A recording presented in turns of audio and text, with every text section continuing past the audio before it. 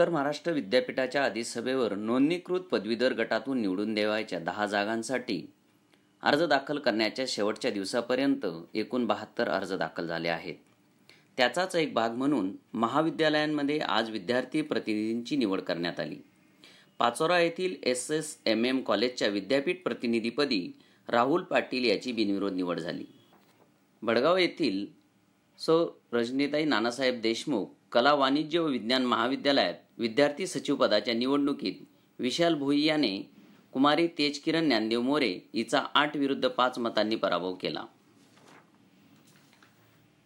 विद्यापीठ प्रतिनिधी हा खऱ्या अर्थाने विद्यापीठाच्या ठिकाणी विद्यार्थ्यांच्या समस्या आणि त्यांच्यासाठी असणाऱ्या वेगवेगळ्या योजना यांची माहिती विद्यार्थ्यांना व्हावी आणि विद्यार्थ्यांची बाजू भक्कमपणे मांडणारा प्रतिनिधी असावा यासाठी ही निवड होत असते. गेली 2 वर्षे ही निवड बंद होती.